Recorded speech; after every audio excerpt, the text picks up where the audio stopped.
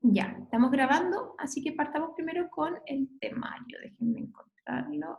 Aquí lo tengo abierto. Sí.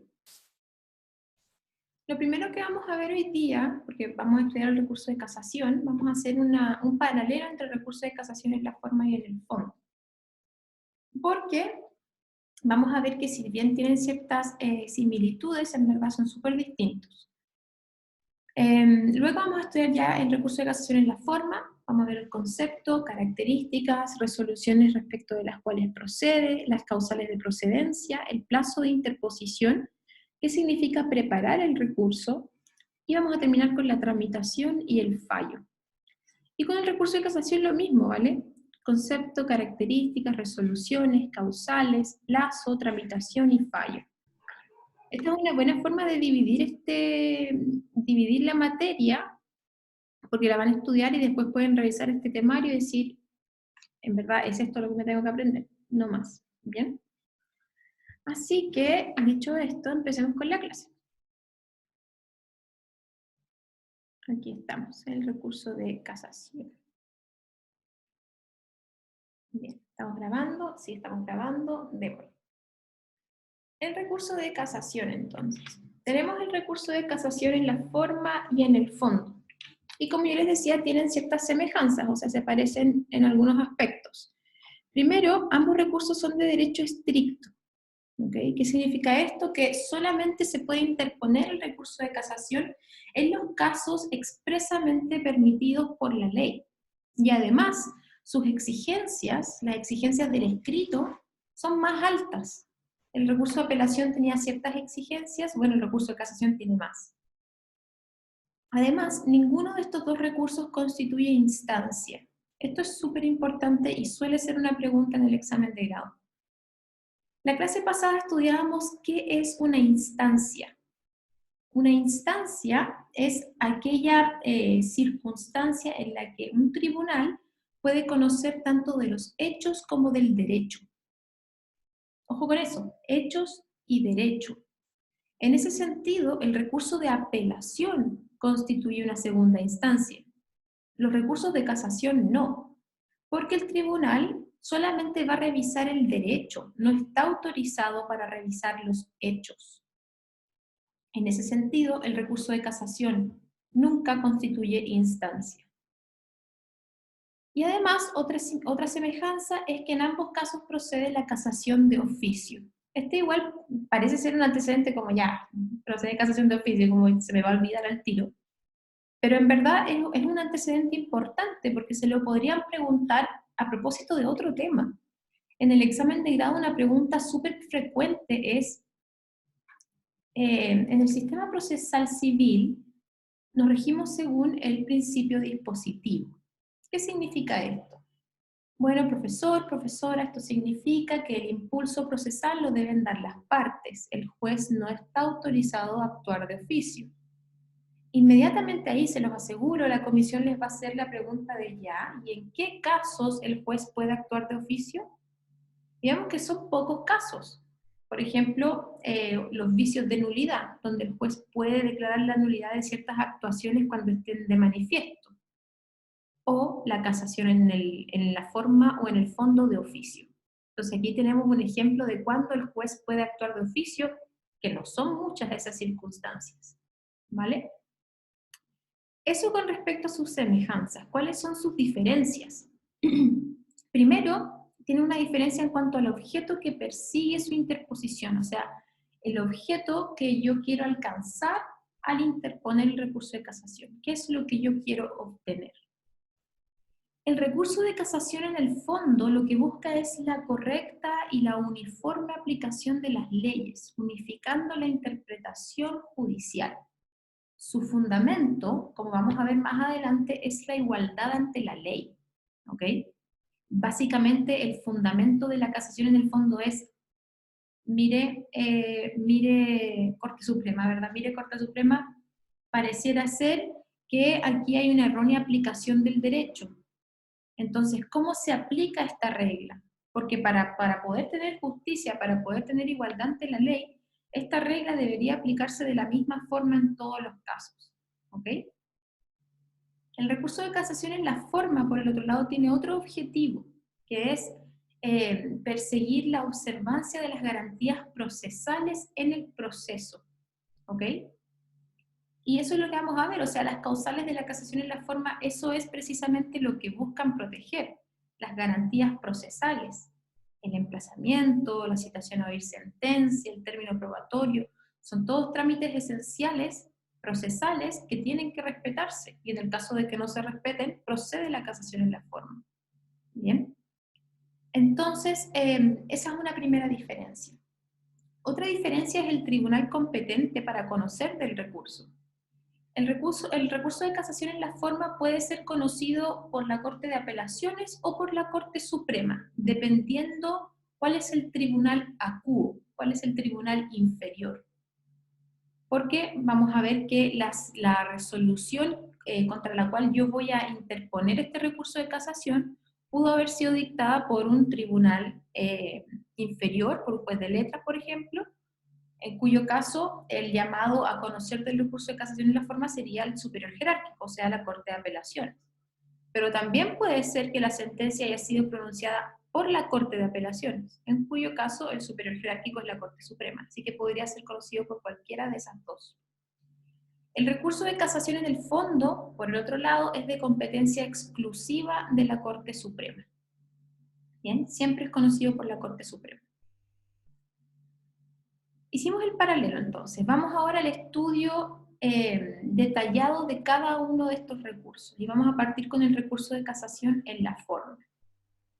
Lo podemos definir como el acto jurídico procesal de la parte agraviada destinado a obtener del Tribunal Superior Jerárquico la invalidación de una sentencia por haber sido pronunciada por el Tribunal Inferior con prescindencia de los requisitos legales o emanar de un procedimiento viciado al haberse omitido las formalidades esenciales que la ley establece. Entonces lo que pretende es la invalidación de la sentencia. ¿Por qué? Porque la sentencia parece que, o la sentencia o el procedimiento mismo, no se realizó con observancia de las garantías procesales. Sus características. Primero, es un recurso extraordinario por dos razones, porque procede contra ciertas resoluciones y por ciertas causales. La clase pasada, cuando veíamos la clasificación de los recursos, decíamos que podemos distinguir entre un recurso ordinario y extraordinario. Y el hecho de que sea ordinario o extraordinario lo podíamos calificar en base a dos criterios. Uno, las resoluciones respecto de las cuales procede. De esa manera, a ver si me siguen, de esa manera, el recurso de apelación, por ejemplo, es ordinario, porque procede respecto de la generalidad de las resoluciones. Y aquí, el recurso de casación en la forma es extraordinario porque procede respecto de ciertas resoluciones. Pero ese no es el único criterio para determinar si un recurso es ordinario o extraordinario. El segundo criterio es el de las causales. Así, el recurso de apelación es ordinario porque procede, en verdad no se requiere una causal específica, solamente basta el agravio. En cambio, el recurso de casación en la forma es extraordinario porque la ley dice estas causales establecidas en el artículo 768 son las que hacen procedente el recurso. De esa manera, y esto resulta ser súper didáctico, el recurso de apelación es doblemente ordinario, porque procede respecto de la mayoría de las resoluciones judiciales y porque no requiere una causal específica. Y por el otro lado, el recurso de casación en la forma es doblemente extraordinario, porque procede respecto de ciertas resoluciones judiciales y además se requiere una causal específica establecida en la ley. Una tercera característica de este recurso es que no constituye instancia, que era lo que habíamos hablado recién. El superior jerárquico no va a conocer del hecho y del derecho, solo conoce del derecho y por lo tanto no constituye instancia. Y además, otra característica es que procede su interposición en forma conjunta con la apelación respecto de las sentencias de primera instancia y con la casación en el fondo respecto de las sentencias de segunda instancia. Entonces, si yo estoy casando, estoy interponiendo el recurso de casación en la forma respecto de una sentencia de primera instancia, lo puedo hacer conjuntamente con la apelación. En cambio, si es una sentencia de segunda instancia, lo puedo hacer conjuntamente con la casación en el fondo. ¿Quién es el titular del recurso de casación en la forma? Aquí hablamos de ciertos requisitos. Primero, tiene que ser parte en el proceso. Tiene que ser parte. Además, tiene que haber sufrido un perjuicio con la resolución pronunciada en el proceso. ¿Bien? Y a propósito de esto, tiene que haber experimentado un perjuicio con el vicio en que se funda el recurso. O sea, yo tengo que relacionar el perjuicio con la causal. Por ejemplo, se omitió un trámite esencial en la tramitación en primera instancia, ¿verdad? Se omitió la resolución que recibe la causa prueba, no me dejaron rendir prueba. Y esto me generó un perjuicio porque yo no pude probar mis alegaciones en el juicio, que finalmente significó que no accedieran a mi pretensión, ¿verdad? Entonces vamos a relacionar el perjuicio que estamos alegando con la causal invocada.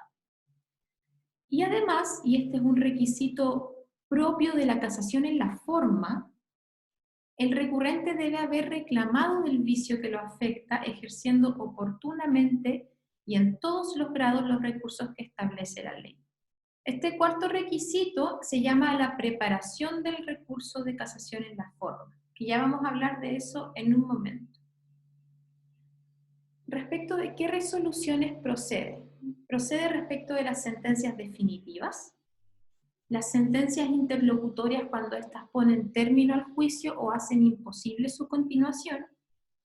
Excepcionalmente, proceden respecto de las sentencias interlocutorias que no tengan esta característica, o sea que no pongan término al juicio o no hagan imposible su continuación, en el caso en que se hubieran dictado en segunda instancia y se hubieran dictado sin previo emplazamiento de la parte agraviada o sin señalar día para la vista de la causa. Y además procede respecto de las sentencias que se dicten en los juicios o reclamaciones regidos por leyes especiales. Aquí, chiquillos, lo mismo que les repetí en algún momento, no me acuerdo en qué momento, pero en algún momento se los dije, háganse un cuadrito, péguenlo en la pared, un cuadrito con las resoluciones y los plazos de cada recurso. Entonces, recurso de reposición, qué resoluciones procede y el plazo, nada más, abajito. Recurso de apelación, resoluciones y plazo. Luego, recurso de hecho, resoluciones, plazo. Solo resoluciones y plazo porque es algo que sí o sí se lo van a preguntar y ahí es memoria nomás, ¿vale? Para que eso lo tengan ahí memorizado y la tramitación por último se la aprendan de otra forma, pero las resoluciones y el plazo, cuadrito. Cuadrito en la pared. Vamos ahora a las causales del recurso de casación en la forma. Decíamos que es un recurso extraordinario, o sea que procede respecto de ciertas causales. Estas son las establecidas en el artículo 768. Son varias, ¿vale? Son 9 causales que se pueden memorizar, o sea, de hecho tienen que memorizárselas, pero también pueden atender a estas clasificaciones que ha hecho la doctrina para facilitar su memorización. Así, por ejemplo, tenemos una clasificación que dice, hay ciertos vicios que se cometen en la dictación de la sentencia, que son las causales del número 1 al 8. Y hay otros vicios que atienden a la tramitación del procedimiento, que sería la causal del número 9. Y a mí esta es la clasificación que más me gusta para efectos de memorizar, es aquellas que distinguen entre las causales que afectan al tribunal, números 1, 2 y 3, las que afectan a la sentencia, números 4, 5, 6, 7 y 8, y las que afectan al procedimiento, la número 9. Entonces, la que afecta al tribunal, sentencia y procedimiento. Vamos a ver estas causales. Primero, en haber sido la sentencia pronunciada por un tribunal incompetente o integrado en contravención a lo dispuesto por la ley. En haber sido pronunciada por un juez o con la concurrencia de un juez legalmente implicado o cuya recusación esté pendiente o haya sido declarada por tribunal competente. En haber sido acordada en los tribunales colegiados por menor número de votos o pronunciadas por menor número de jueces que el requerido por la ley o con la concurrencia de jueces que no asistieron a la vista de la causa y viceversa.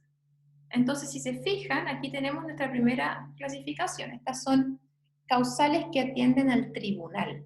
Bien, vicios con respecto a la integración del tribunal. Luego, la cuarta, aquí empezamos con los vicios ya de la sentencia. En haber sido dada ultra petita, esto es, otorgando más de lo pedido por las partes o extendiéndola a puntos no sometidos a la decisión del tribunal, sin perjuicio de la facultad que éste tenga para fallar de oficio en los casos determinados por la ley. Entonces aquí esta cuarta causal es súper utilizada, es súper interesante, así que detengámonos un poquito en ella. La cuarta causal habla de dos causales en verdad, la ultra petita y la que se llama en doctrina la extra petita. La ultra petita quiere decir que el tribunal en la sentencia dio más de lo solicitado. Entonces, por ejemplo, el demandante en una indemnización de perjuicios solicitaba una indemnización de 100 millones de pesos y el tribunal acoge la demanda condenando al demandado a una indemnización de 120 millones de pesos. Ahí hay ultra petita, se dio más de lo solicitado. O puede ser extra petita, donde más allá de dar más de lo solicitado, el tribunal se extendió a puntos que no estaban sometidos a su decisión, no estaban, por ejemplo, discutidos. ¿Qué sería, por ejemplo, el caso de que yo demando indemnización de perjuicios, solicito la indemnización de 100 millones de pesos, el tribunal me lo acoge, condena al pago de 100 millones de pesos y además, por ejemplo, se pronuncia sobre algún contrato que nosotros teníamos que no tenía nada que ver con esto, con este asunto. ¿Bien? Entonces ahí hablaríamos de extra petita. Entonces, ultra petita y extra petita. Y me gustaría detenerme en esta última parte, sin perjuicio de la facultad que el tribunal tenga para fallar de oficio en los casos determinados por la ley. De nuevo me gustaría detenerme en esta parte de que el tribunal puede actuar de oficio en ciertos casos. Me detengo aquí porque insisto que es una pregunta que se hace harto en el examen. El tribunal, el proceso civil más bien, se rige según el principio dispositivo. El tribunal no es un tribunal inquisitivo que anda por ahí investigando a la gente, no. El tribunal se mueve en la medida que las partes pidan las cosas. Y en ese sentido, el tribunal no puede hacerse cargo de solicitudes que no se hicieron. Solamente puede hacerse cargo de las solicitudes que sí se hicieron. Sí, en ciertos casos puede actuar de oficio, pero cuando la ley así lo autorice. ¿Ok? Cuando la ley así lo autorice. Entonces, mucho ojo con esos casos porque pueden ser preguntados.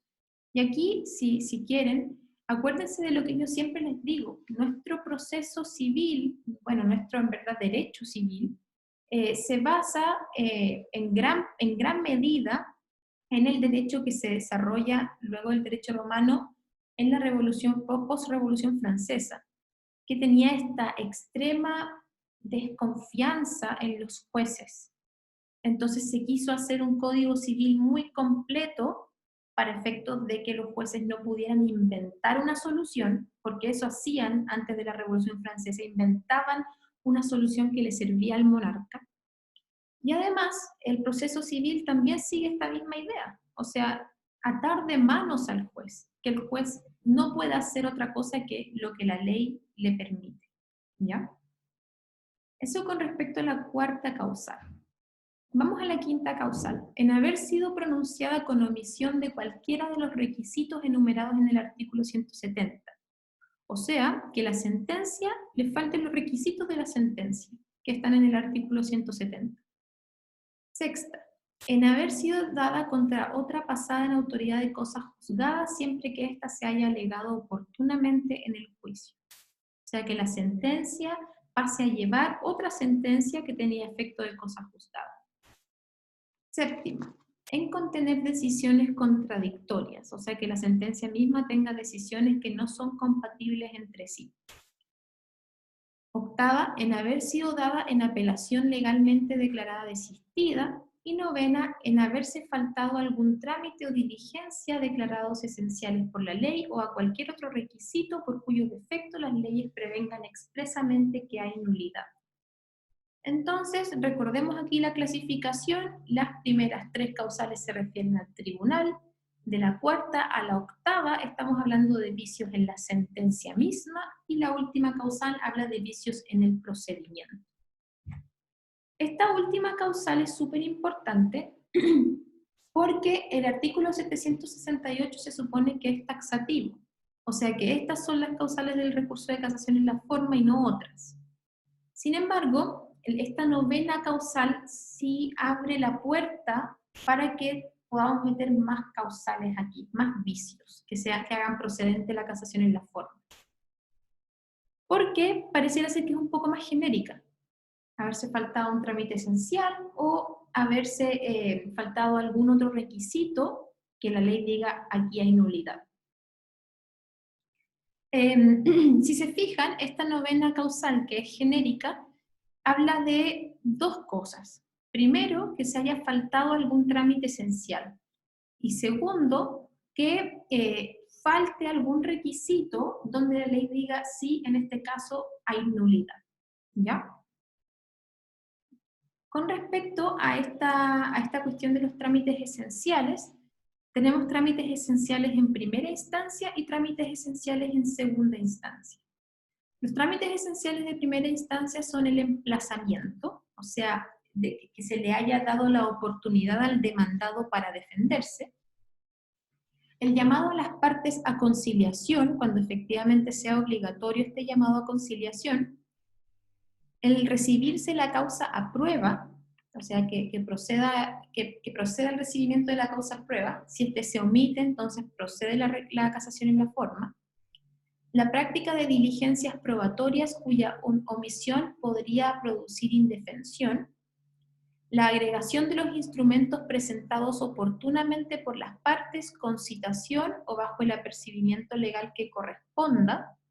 Esta quinta causal es bien interesante, ¿vale?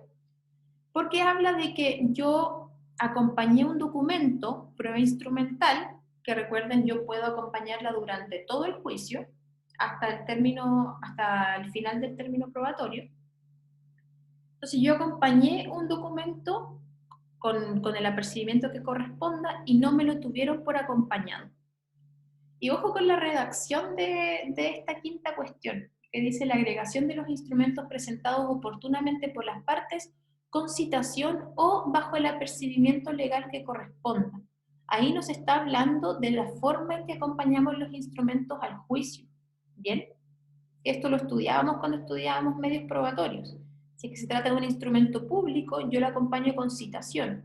En cambio, si es un instrumento privado, yo lo acompaño con el apercibimiento del artículo 346, número 3. O sea, que se tenga por reconocido si es que la otra parte no lo objeta dentro de 6 días.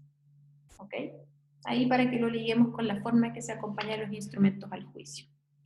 Un sexto trámite esencial es la citación para alguna diligencia de prueba y además la citación a oír sentencia.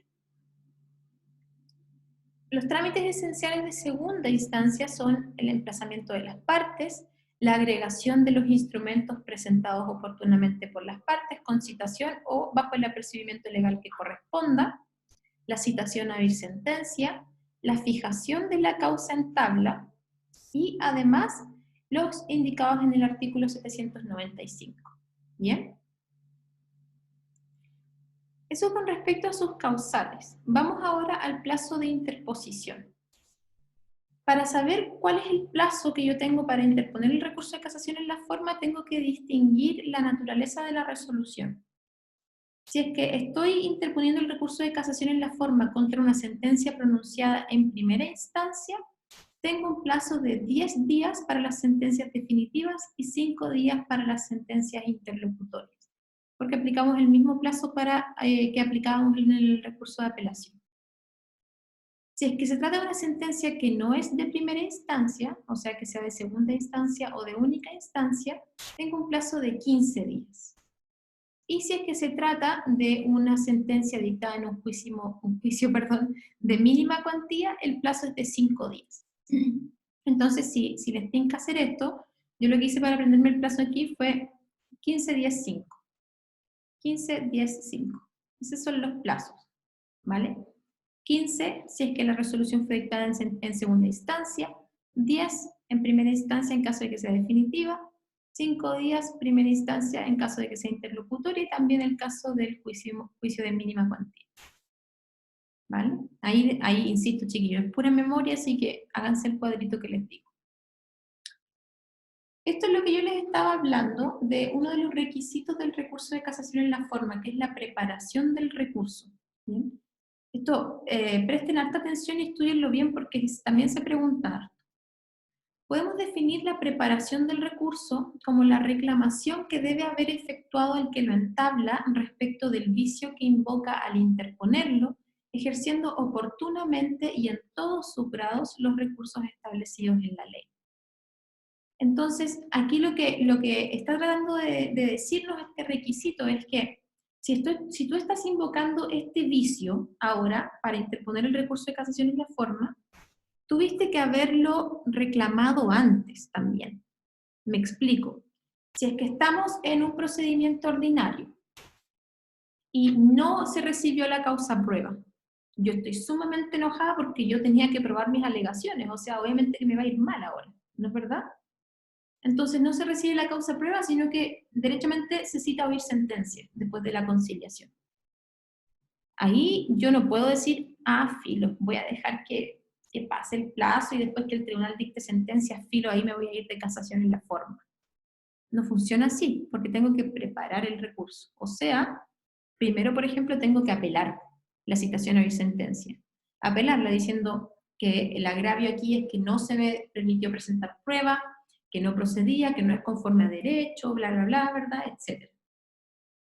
Si es que pierdo la apelación, y aún así se dicta sentencia, igual tengo que intentar alguna otra cosa, ¿verdad? Un recurso de nulidad, un incidente de nulidad, tengo que intentar todas las herramientas que tengo.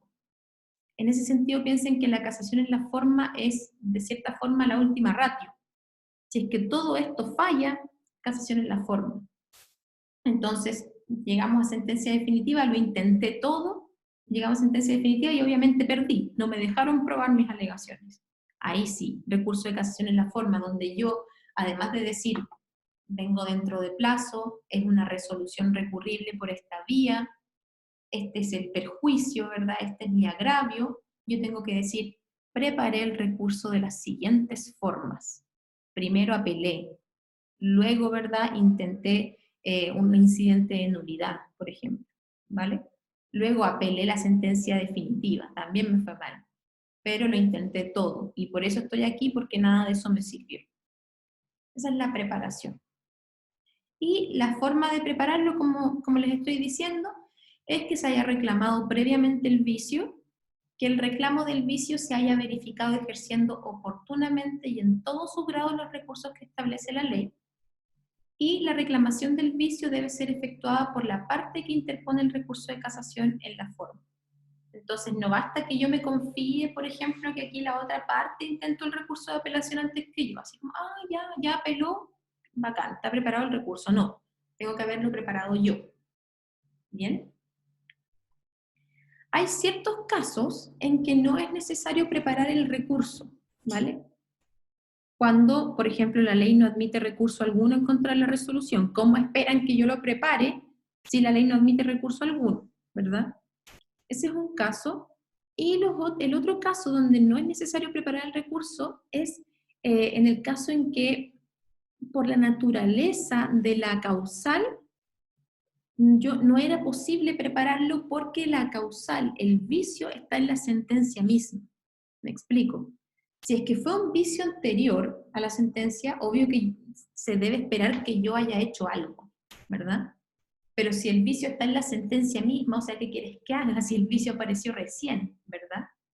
Y esos son los casos de la ultrapetita con la extrapetita, que la sentencia no tenga los requisitos del artículo 170, que haya sido pasada contra otra sentencia con autoridad de cosa juzgada, o el hecho de contener decisiones contradictorias.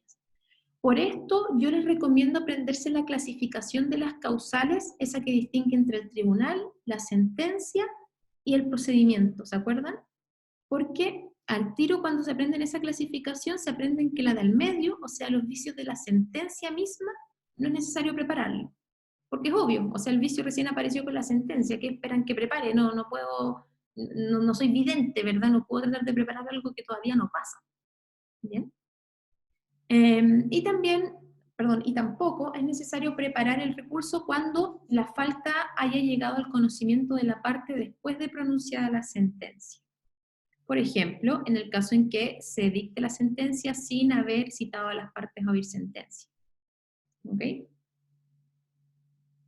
¿Qué pasa si no se prepara el recurso?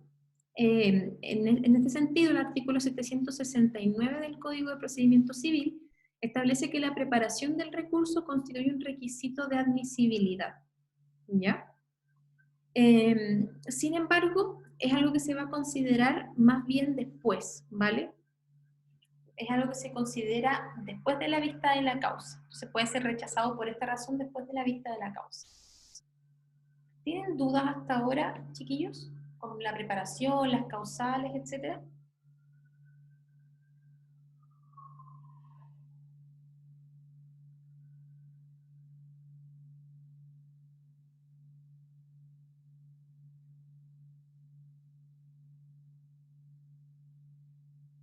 Ya, bacán. Gracias, chiquillas. Gracias, gracias.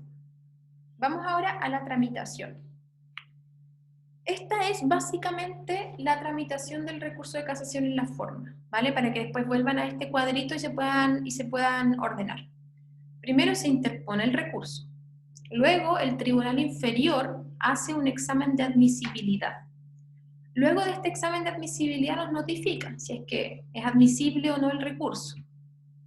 Y si es que es admisible, pasamos al siguiente paso, que es la remisión de los autos al superior. En el Tribunal Superior tenemos primero un certificado de ingreso de expediente, luego también se hace un examen de admisibilidad y por último tenemos la vista de la causa. Estos son los pasos. Vamos ahora a analizarlos uno por uno. Primero, tenemos que interponer el recurso. ¿Ante quién se interpone? El artículo 771 establece que el recurso debe interponerse por la parte agraviada ante el tribunal que haya pronunciado la sentencia que se trata de invalidar y para ante aquel a quien corresponde conocer de él conforme a la ley. Entonces, lo interpongo ante el mismo tribunal que dictó la resolución y son ellos los que tienen que remitir los autos al superior. ¿Quién puede interponerlo? Aquí tenemos, ¿verdad?, el titular del recurso, que recuerden tenía que ser una parte, demandado, demandante o terceros interesados, las partes indirectas, y además una parte agraviada. Y aquí yo les decía, ojo, no basta justificar cualquier agravio, sino que además el agravio tiene que ser relacionado con el vicio. O sea que la ultra petita me provocó agravio, o el hecho de omitir un requisito de la sentencia me provocó un agravio, o la omisión de este trámite esencial me provocó un agravio. ¿Bien? ¿Cómo se interpone el recurso? Tiene que cumplir con los siguientes requisitos. Los requisitos comunes a todo escrito primero, o sea que tiene que contener una suma y además tiene que estar patrocinado. Y ojo con ahí el requisito 4, debe ser patrocinado por un abogado que no sea procurador del número. Además, otro requisito es que debe mencionar expresamente el vicio en que se funda. ¿Ok? Entonces, ojo con eso, siempre tiene que establecerse tiene que mencionarse la causal específica del artículo 768. La ley, además, tenemos que también invocar la ley que concede el recurso por la causal que se invoca, patrocinado por un abogado que no sea procurador del número, y debe señalarse la forma en que ha sido preparado el recurso. O si es que no era necesario prepararlo, veíamos los casos en que no es necesario prepararlo, decir por qué no era necesario prepararlo. Entonces, si se fijan, la preparación del recurso es súper importante. Tengo que decir cómo lo preparé. Y si es que no era necesario prepararlo, tengo que justificar por qué no era necesario prepararlo. Así que es algo súper importante. Los efectos de la concesión del recurso. Esto también es súper importante, también se pregunta mucho.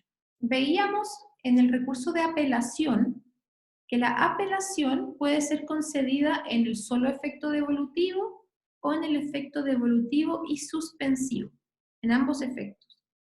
¿Y qué significaba eso? Hagamos memoria. El efecto devolutivo significaba que el tribunal inferior devuelve la competencia al superior, o sea, le dice, aquí tiene su causa, revísela usted. Gracias al efecto devolutivo es que el tribunal superior puede conocer de esa causa. El efecto suspensivo significa que se suspende la competencia del tribunal inferior para conocer del asunto. Entonces, ¿cuál era el efecto de esto? Si yo concedo una apelación en el solo efecto devolutivo, devuelvo la competencia al tribunal superior, van a haber dos tribunales conociendo esta causa, porque no se suspendió en el tribunal inferior, ¿verdad? Entonces va a estar el tribunal inferior conociendo de la causa normal y el tribunal superior conociendo de la apelación. Muy distinto era si es que se concedía la apelación en ambos efectos, porque se devuelve la competencia al tribunal superior para que conozca de la apelación y además se suspende la del tribunal inferior. Entonces solamente tenemos al tribunal superior conociendo el asunto. Aquí en el recurso de casación no corresponde hablar de eso, ¿bien? El artículo 773 establece que por regla general el recurso de casación no suspende la ejecución de la sentencia. O sea que ya, yo tengo una sentencia definitiva, preparé el recurso como debía ser, pero me fue mal, así que ahora casación en la forma. El solo hecho de yo interponer el recurso de casación en la forma no significa que se va a suspender la ejecución de la sentencia, para nada, de hecho no la suspende.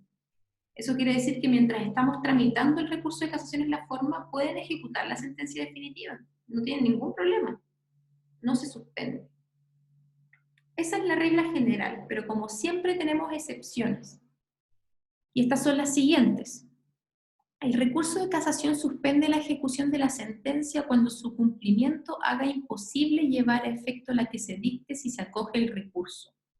O sea, ahí lo que yo tengo que argumentar, si es que soy yo la que interpongo el recurso de casación en la forma, lo que tengo que argumentar es, su señoría, si es que se llega a ejecutar o a cumplir esta sentencia definitiva, va a ser imposible cumplir la resolución si es que me llegan a acoger el recurso. ¿Bien? Es completamente incompatible. Entonces, imagínense un caso así, o sea, si es que yo cumplo la sentencia definitiva y luego me acogen la casación, no voy a poder hacer nada, ¿verdad? Esa es una primera excepción. Y la segunda es que la parte vencida puede solicitar la suspensión del cumplimiento de la sentencia impugnada por casación mientras no se rinda fianza de resultas por la parte vencedora a satisfacción del tribunal que haya dictado la sentencia recurrida. ¿Cuál es ese caso? A mí, por ejemplo, yo perdí el juicio, ¿verdad? Demandadas, perdí el juicio. Y voy a intentar una casación en la forma, ¿vale? Yo sé que la casación en la forma no suspende la ejecución de la sentencia definitiva. Sé que no la suspende. Pero puede ser que ahora con el recurso de casación me vaya bien. Puede ser. Y esta sentencia definitiva no tenga ningún efecto. Entonces ahí lo que podemos nosotros pedir es que la parte que no interpone el recurso nos rinda a nosotros una fianza de resultas. ¿Ok? Entonces, un monto de dinero, ¿verdad?, que pudiera venir a funcionar como una caución. Y si es que ellos no nos quieren rendir esta fianza, entonces que se suspenda la ejecución de la sentencia. Pero siempre considerando lo siguiente, no tiene derecho a pedir la suspensión el demandado que interponga el recurso de casación contra una sentencia definitiva pronunciada en un juicio ejecutivo, posesorio, de desahucio o de alimentos. Eso con respecto a los efectos. ¿Quedó claro el tema de los efectos? Porque sé que es medio enredado. Lo puedo explicar de nuevo.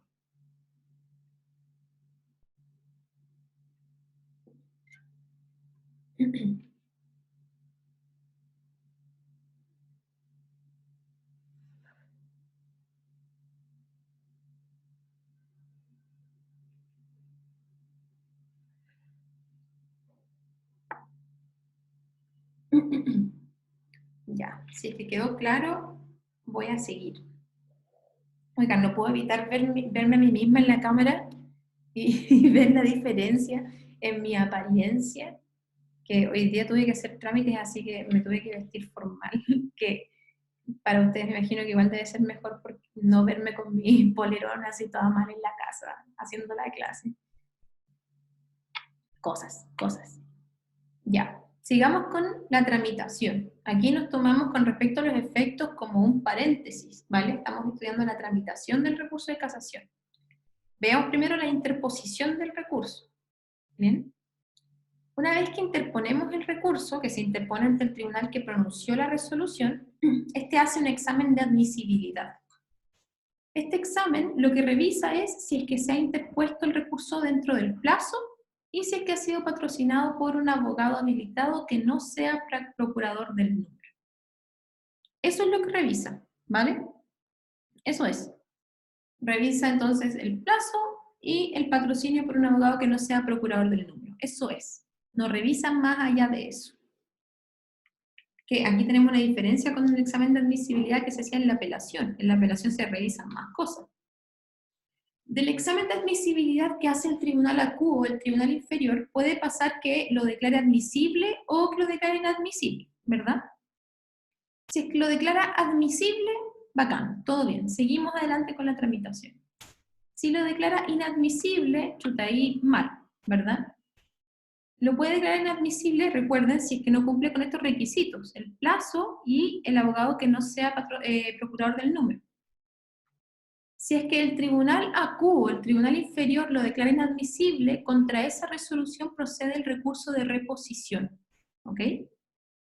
Ojo con eso, porque cuando estudiábamos el recurso de reposición, veíamos que por regla general el recurso de reposición procede contra autos y decretos. Excepcionalmente procede contra sentencias interlocutorias cuando expresamente se autoriza. Este es uno de esos casos.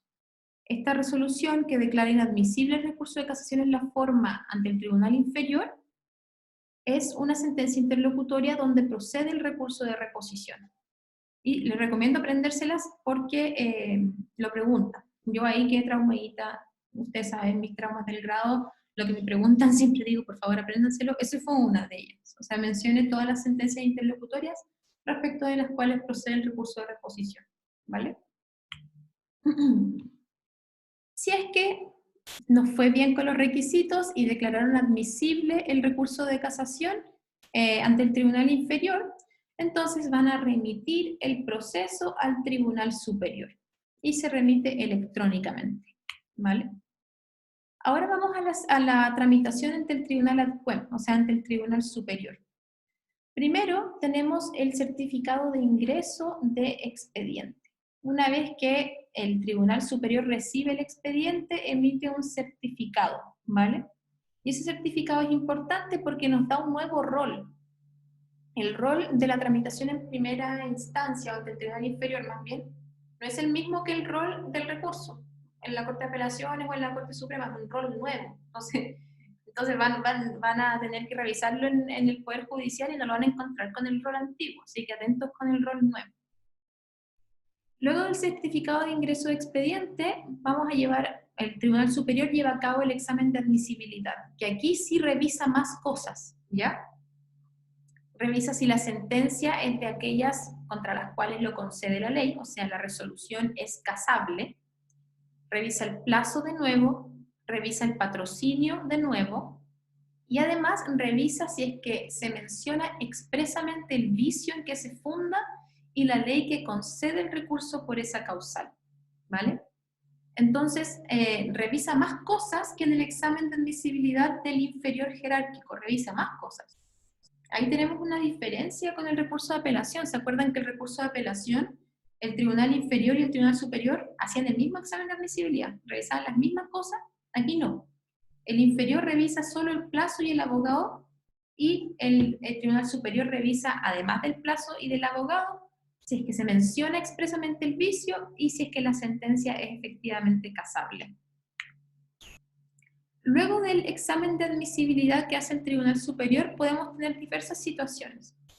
Primero, puede ser que cumpla con todos los requisitos, y en ese caso el recurso es admisible y se tiene que dictar la notificación autos en relación. También puede ser que no cumpla con uno o más requisitos, ¿bien? Y aquí va a declararlo inadmisible el Tribunal Superior. Y respecto a esta resolución, que lo declara inadmisible ante el Tribunal Superior, también podemos interponer el recurso de reposición. Y por último, también puede ser que no cumpla con los requisitos, pero el tribunal estima pertinente una casación de oficio. ¿Okay? En cuyo caso, el tribunal lo que hace es declarar inadmisible el recurso, pero decreta autos en relación porque va a casar de oficio. ¿Bien? Que sería un caso, por ejemplo, que no se cumple con el requisito, por ejemplo, estaba fuera de plazo. El tribunal inferior no se dio cuenta, pero estaba fuera de plazo. Pero la Corte Suprema empieza a revisar la causa y en verdad aquí había un vicio súper patente, así que ya en verdad está fuera de plazo, declararlo inadmisible, pero vamos a casar de oficio, porque esto no puede ser, ¿verdad? Esas son las tres situaciones. Ante el tribunal ad quem, el tribunal superior, ¿se puede recibir prueba? Hay veces que la causal que invocamos consta en los mismos autos, y en ese caso no se necesita de prueba. Pero en otras veces, en otras circunstancias, la causal también podría estar más controvertida, más discutible. Y en este caso, sí podría acogerse la prueba. ¿Bien? En ese sentido, el tribunal ad quem, el tribunal superior que está conociendo de la casación en la forma, puede abrir un término probatorio que no exceda de los 30 días. ¿Ok? Y ojo con esto.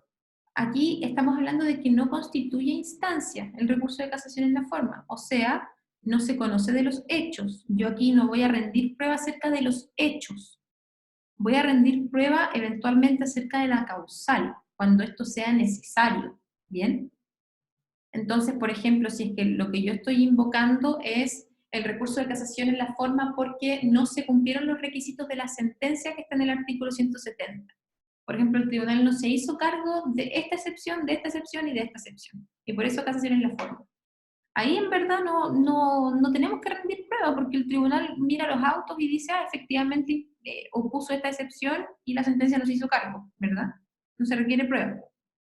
Pero hay otras causales que sí. Por ejemplo, algún vicio del procedimiento, donde en verdad no consta no constan los autos, y ahí sí se tendría que rendir prueba acerca de la causal. Ojo con eso, se rinde prueba acerca de la causal, no acerca de los hechos. ¿Bien? Creo que hay una duda, déjenme revisar.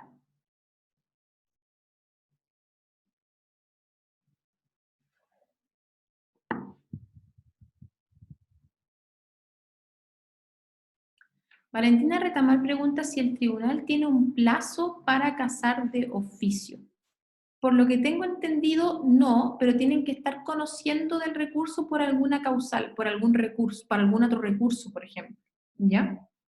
Pero no lo tiene. Pero igual eso habla de un plazo, o sea, antes de que devuelvan los autos tienen que hacerlo. ¿Bien? Ahí cuando veamos la casación de oficio lo podemos revisar, ¿vale? Luego, aquí seguimos en la tramitación, dijimos que o hagamos que el tribunal declaró admisible el recurso de casación. ¿Cuál es el siguiente paso? Dicta la notificación autos en relación, o sea, vamos a ir a la vista de la causa, que aquí aplicamos las mismas reglas que aplicamos respecto de la apelación, ¿ok?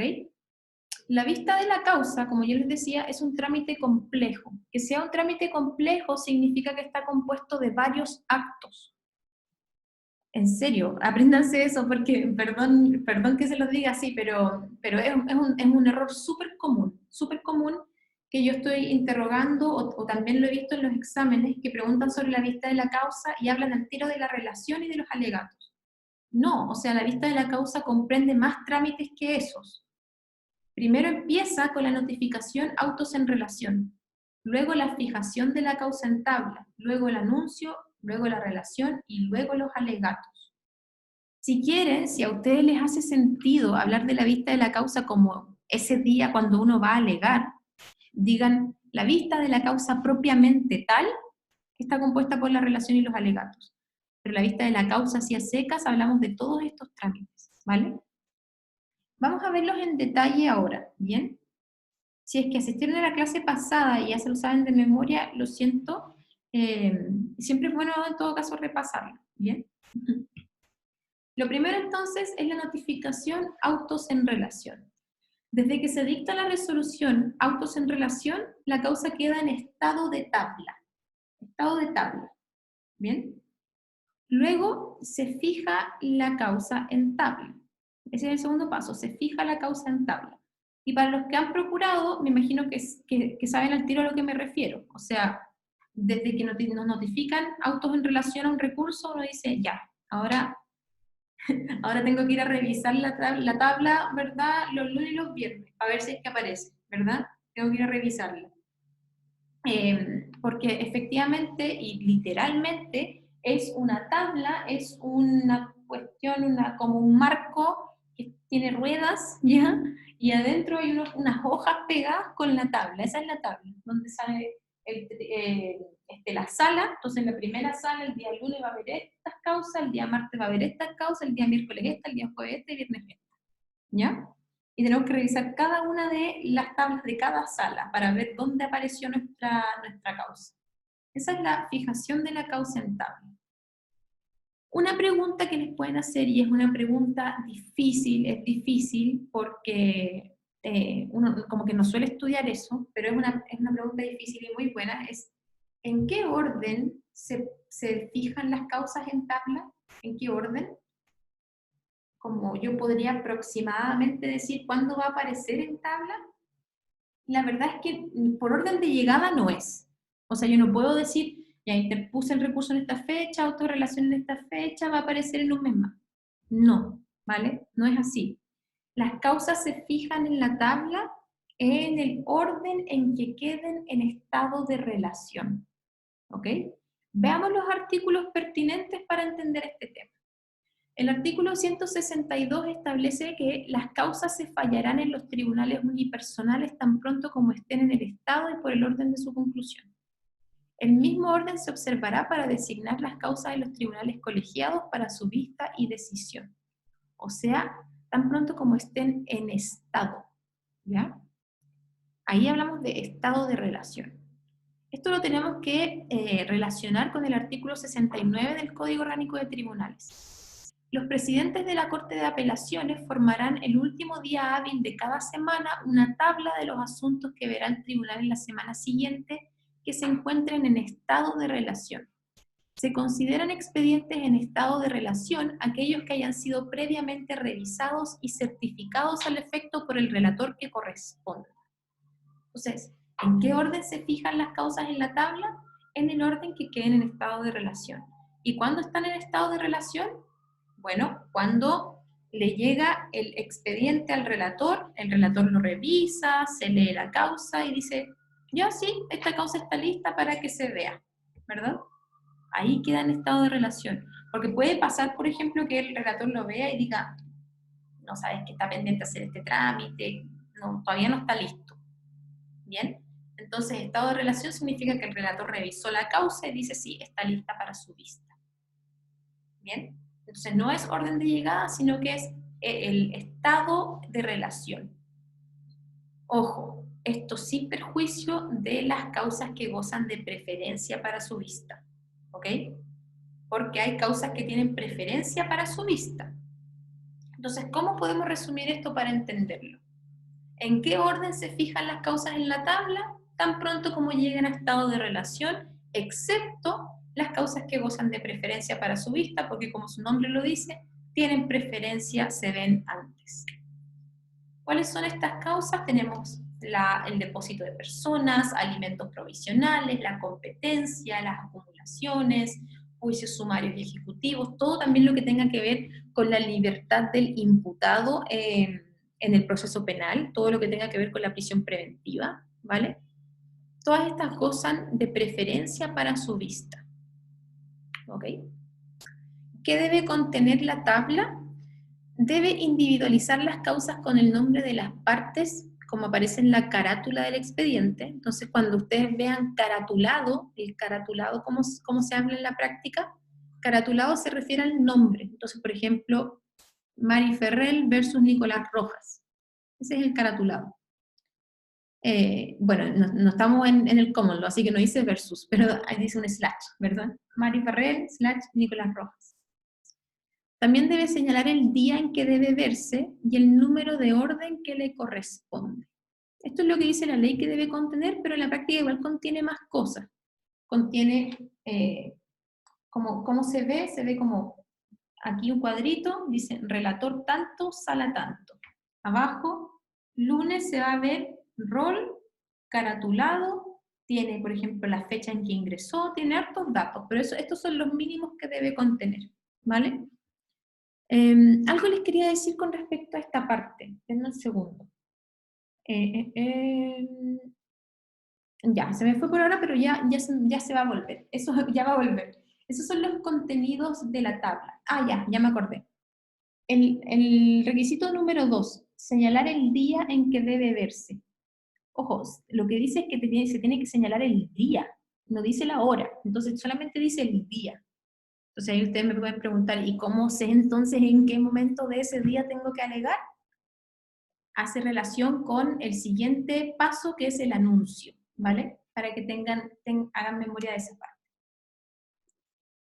A propósito de la vista de la causa, es importante estudiar la suspensión de la vista de la causa. Esto está establecido en el artículo 165, que dice que la vista de la causa puede suspenderse por impedirlo el examen de las causas colocadas en lugar preferente o la continuación de la vista de otro pleito pendiente del día anterior, por falta de miembros del tribunal número suficiente para pronunciar la sentencia, por muerte del abogado patrocinante, muerte del cónyuge o parientes del abogado defensor ocurría dentro de los 8 días anteriores, por solicitarlo a alguna de las partes o pedirlo de común acuerdo a los abogados, por tener alguno de los abogados otra vista o comparecencia a que asistir en el mismo día, o por ordenarlo así el tribunal por resolución fundada al disponer la práctica de algún trámite que sea indispensable. ¿Ok? Estas son las causales. Hay algunas, obviamente, todas tienen mucho sentido, todas tienen mucha lógica, hay algunas que se ocupan más que otras. Por ejemplo, la número 5, por solicitarlo a alguna de las partes o pedirlo de común acuerdo. O sea, puede pasar que les toca la vista de la causa mañana, no sé, su procurador les avisó recién porque no revisó la tabla como debía, así que cachó recién que la vista es mañana y no me preparé, no alcancé a prepararme. Entonces yo únicamente puedo solicitar la suspensión de la vista de la causa una vez. La otra parte también puede solicitarla una vez y además de común acuerdo podemos solicitarla otra vez, ¿vale? Entonces una vez de manera unilateral, una vez de común acuerdo, ¿vale? Esa se ocupa harto, entonces, la 5. La 6 también se ocupa harto, sobre todo cuando uno alega mucho, ¿verdad? Cuando tiene muchas causas que alegar, puede pasar que tengo otra causa en otro tribunal, ahí también se puede suspender. Y la 1 también pasa harto. Yo sé que como que es un poquito como difícil de acordarse de la número 1, pero pasa harto, yo creo que es la que más sucede. Por impedirlo el examen de las causas colocadas en lugar preferente o la continuación de la vista de otro pleito. El paso siguiente que vamos a ver es el anuncio, que como vamos a ver, significa que el tribunal en la tabla prometió que va a haber estas 15 causas ese día.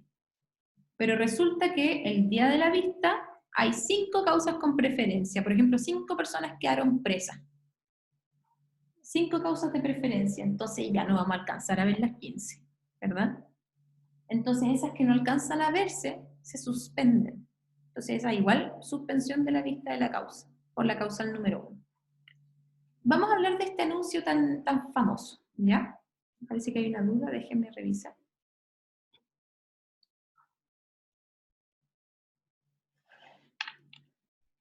María Carolina, ¿son solo 2 veces que puedo alegar suspensión de la vista de la causa en total? ¿O podría estar en diferentes causales en diferentes fechas? Claro, estas causales no son excluyentes, ¿vale? La única que yo puedo alegar una vez es esa que sin ninguna razón yo solicito la suspensión unilateralmente.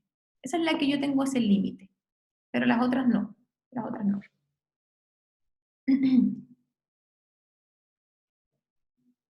Ya, acá.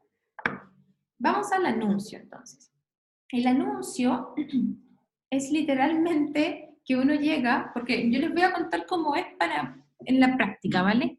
Para los que no lo han visto, perdón si es que sueno repetitivo. En la práctica entonces uno va, ya, autos en relación, primer trámite, Vi autos en relación, bacán. Empiezo a ir todas las semanas a revisar si aparece la causa en tabla. Un día aparece para el martes. Así que yo me levanto súper temprano ese martes, bacán. Llego, ¿verdad?, súper temprano a la corte, me anuncio con el relator, ¿verdad? Solicito 10 minutos para el alegato, llegué a las 8 de la mañana. Y luego espero.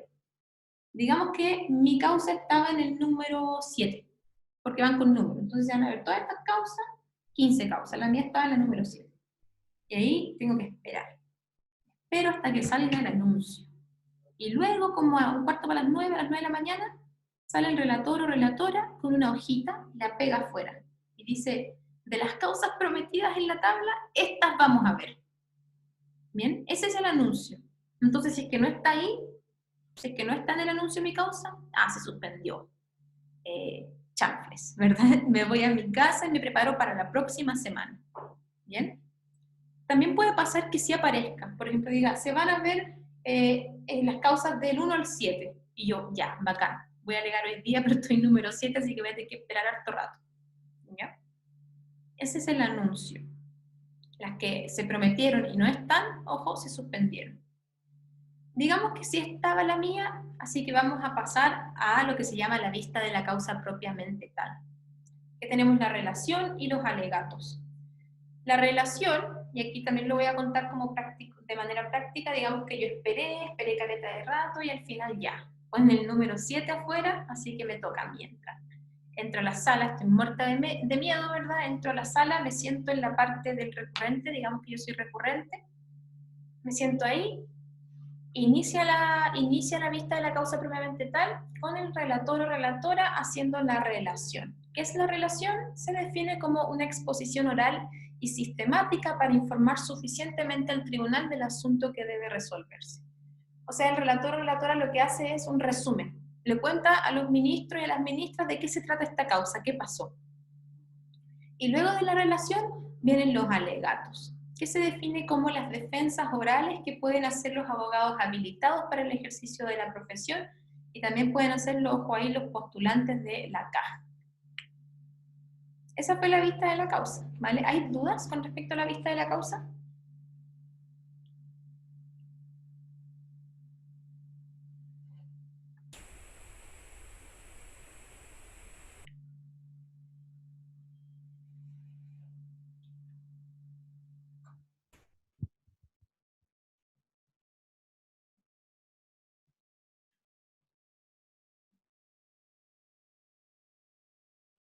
Ya, voy a seguir entonces.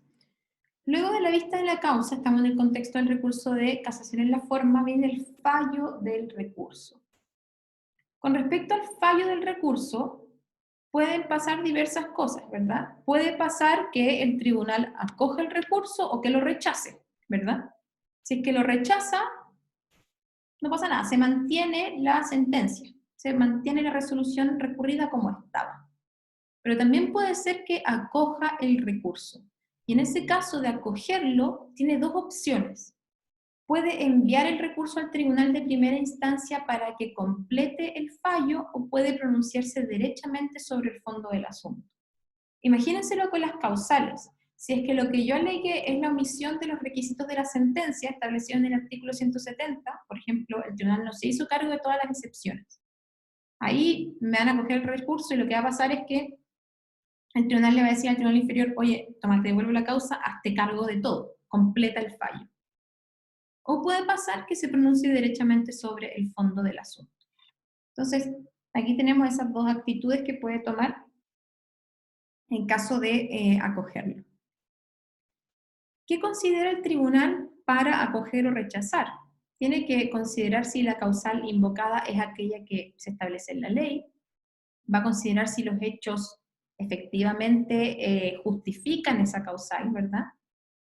Si es que esos hechos están suficientemente acreditados, si el vicio que reclama el recurrente solamente es reparable por medio de la invalidación del fallo, y si el vicio ha influido en lo dispositivo del fallo. O sea que eso es importante. Les pueden preguntar, ¿qué significa que un vicio influya sustancialmente en lo dispositivo del fallo?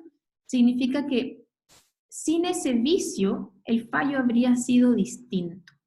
¿vale? Eso es lo que significa. Bien, y ojo, también es importante destacar que es en esta oportunidad cuando el Tribunal Superior se va a pronunciar acerca de la preparación del recurso. Entonces también lo puede rechazar, ¿verdad? Porque no se preparó de la forma en que se debía. ¿Cuáles son los efectos del fallo del recurso?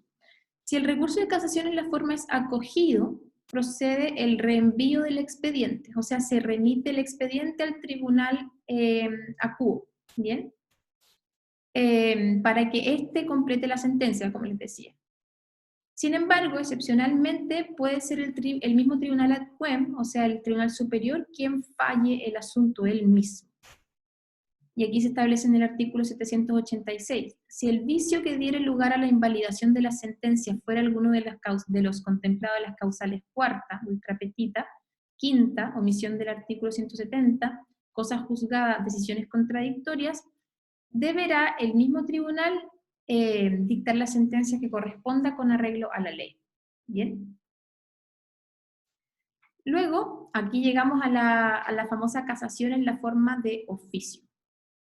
Se define como la facultad otorgada fundamentalmente a los tribunales superiores de justicia para declarar la invalidez de una sentencia por las causales establecidas por la ley para el recurso de casación en la forma, sin que sea necesario haber interpuesto ese acto jurídico procesal por una de las partes.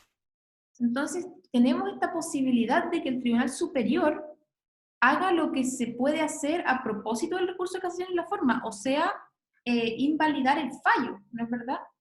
Pero no en el caso en que se interpuso efectivamente esa casación. Lo puede hacer de oficio. ¿Y cuáles son sus características? Bueno, primero es una aplicación del principio inquisitivo. Eso es algo de lo que yo les hablaba, o sea, tenemos el principio dispositivo versus el principio inquisitivo. Dispositivo e inquisitivo, dije, ¿cierto? Ya, bien. El dispositivo significa que el tribunal se mueve a impulso de parte. El inquisitivo significa que tenemos un tribunal activo, que investiga por él mismo, que él hace las cosas, ¿verdad? Por regla generalísima tenemos un tribunal que sigue el principio dispositivo. La casación en la forma de oficio es una aplicación del principio inquisitivo, porque es el tribunal quien activamente toma una acción, ¿vale? Otra característica es que constituye una facultad, o sea, tampoco es su deber, no tiene la obligación de casar de oficio, pero tiene la facultad de hacerlo. En este caso, obviamente, no requiere ser preparado. Puede casar de oficio por cualquiera de las causales del artículo 768, aunque no se haya interpuesto recurso o se haya intentado en virtud de otra causal. Ojo con eso. Puede ser que yo interpuse el recurso de casación en la forma alegando una causal. El tribunal lo ve y dice, no, esta no es la causal. Me lo declara inadmisible, pero casa de oficio porque sí había otra causal. ¿Bien? ¿Me siguen ahí? Y cuando se casa de oficio, el recurso de igual carácter que se haya hecho valer se tiene por no interpuesto. ¿Bien? ¿Cuáles son los requisitos? Debe estar conociendo del asunto por alguno de los siguientes medios: una apelación, una consulta, la casación de forma o fondo o en algún incidente, en alguna incidencia, perdón. Y aquí se está haciendo referencia al recurso de queja o al incidente de admisibilidad de alguno de estos recursos. ¿Bien? Debe existir un vicio que autorice la casación en la forma por cualquiera de las causales del artículo 768. ¿Bien? Entonces, no quiere decir que el tribunal va a casar de oficio por cualquier cosa. Igual tiene que ser por las causales establecidas en la ley. Y además, en los antecedentes del recurso debe constar la existencia del vicio. En esos casos puede casar de oficio. ¿Quedan dudas con la apelación en la forma para que pasemos en la casación en la forma para que pasemos a la casación en el fondo?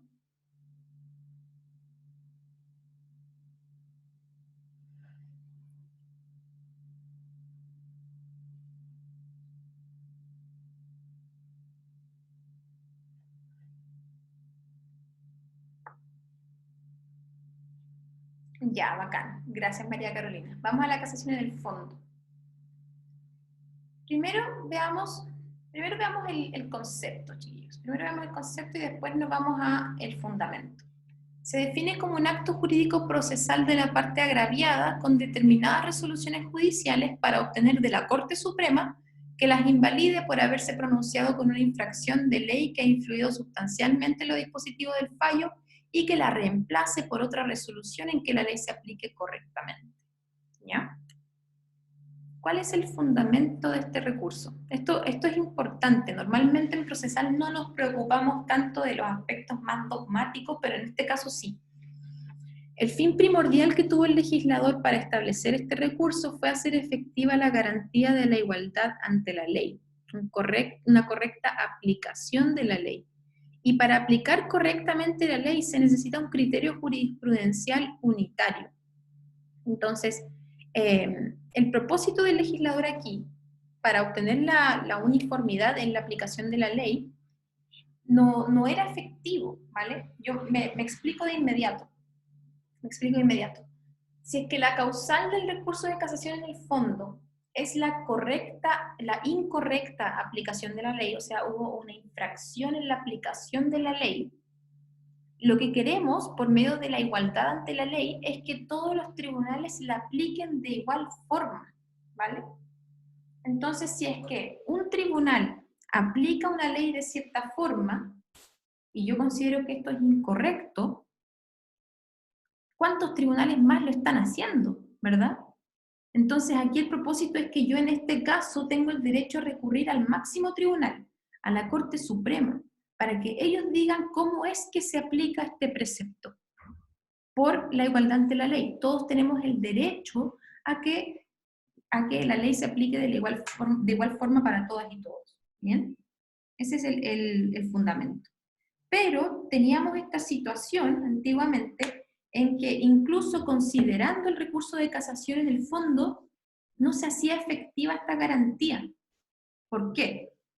Porque yo de hecho puedo, intentar el recurso de casación en el fondo y que lo conozca, por ejemplo, una de las salas de la Corte Suprema, que lo conozcan 3 ministros de la Corte Suprema. Pero puede ser que yo sé, porque he visto otros recursos de casación o porque tramito mucho, sé cómo fallan los ministros, puede ser que yo sé que esta sala no aplica este precepto de la misma forma que esta otra sala. Entonces igual no se cumple el objetivo del legislador, que era que se apliquen los preceptos de manera igualitaria. Porque yo sé que las salas de la Corte Suprema fallan de distintas formas. ¿Cómo se subsana esto? Que hoy en día yo tengo la facultad de pedir que este recurso de casación en el fondo sea conocido por el Pleno de la Corte Suprema, o sea, por todos y todas las ministras. ¿Bien? Entonces, hoy en día sí tenemos las facultades para respetar la igualdad ante la ley. Y estúdienselo, chiquillos, estúdienselo, porque como anécdota yo les contaba que a mí me preguntaron recurso de reposición y me preguntaron todas las reposiciones que proceden contra sentencias interlocutorias y yo mencioné esta, cuando se rechaza la petición de que el recurso de casación en el fondo sea conocido por el Pleno de la Corte Suprema, procede el recurso de reposición. Me preguntaron por qué existe esa facultad de pedir que se conozca por el Pleno. Y ahí es esto, o sea, si es que nuestro objetivo es obtener a través del recurso de casación en el fondo una aplicación uniforme de un precepto, lo más lógico es que lo fallen todos los ministros y ministras del máximo tribunal. Que todos ellos se junten y digan, esto se aplica así. Eso es lo más justo, ¿verdad? Porque sé que si es que lo conoce una sala, puede ser muy distinto a lo que diga otra sala. ¿Bien? ¿Me siguen con eso? Respondan sí o no en el chat.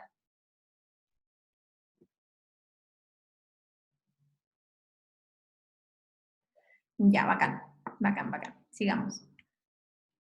Ahora sí vamos al recurso de casación en el fondo, lo más práctico, a la parte sustantiva.